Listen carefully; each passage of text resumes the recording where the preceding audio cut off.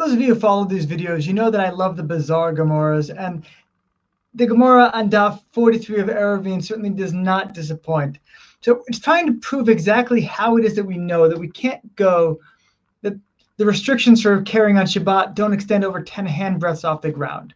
That whole restriction is just near the ground, but above that in the sky, these things don't really apply.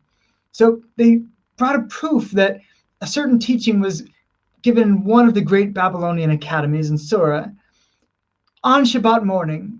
And on the same Shabbat, it was related about those teachings in Pampadita and the other great Babylonian academy. And of course, these are very far apart from each other. So nobody could have possibly traveled from one to the other on Shabbat.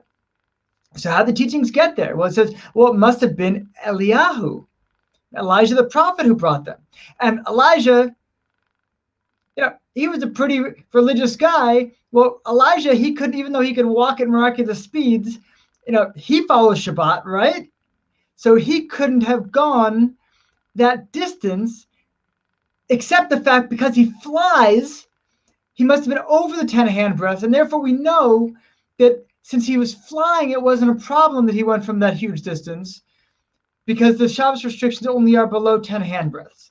Had he run, that would have been a big problem, but because Elijah flies, we're okay. That was the proof. But that proof is rejected because, well, maybe it wasn't Elijah who brought that whole thing. Maybe it was Joseph the demon.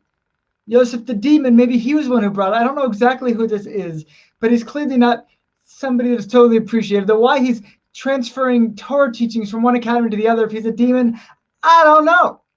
But then we try to go and bring a different proof.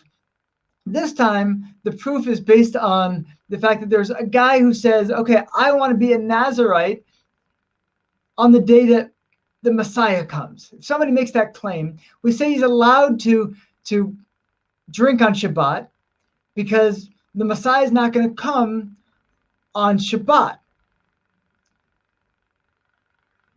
Okay, and it's trying to work out all of these different things and say, what do we know? How do we know Messiah is not going to come on Shabbat? What are the whole problems with that? And it must be that maybe the Messiah can't come from this distance, from the heights down to the ground. Maybe is that a problem, that the Messiah can't descend? Or then it says, well, maybe Messiah can come, but Eliyahu can't come. Maybe Eliyahu can't come down on that day because of these great distances.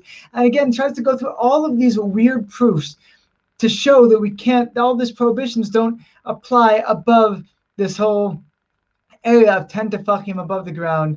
And it tries to bring all these proofs about when will Messiah come, will Messiah not come. It says Messiah is not going to come Erev Shabbat because we're going to have so much tircha, so much effort we have to go to prepare for Messiah. We want to bring all this food, and it's just going to get in the way of their Shabbat preparation. So maybe that's a day that the guy can eat and drink. And then it says, no, when Messiah comes, the nations of the world will recognize Messiah's greatness, and they will come and help us out, and they will want to serve us out of gratitude for all we've done, and therefore, okay, so that's not a proof, and it's going back and forth. But I love how we take this incredibly mythological understanding and mythological ideas of the Messiah, of Eliyahu, and we bring that to try to understand Beis Halacha, like what is the height on which we can carry, and how will flying people perhaps get in the way with that understanding.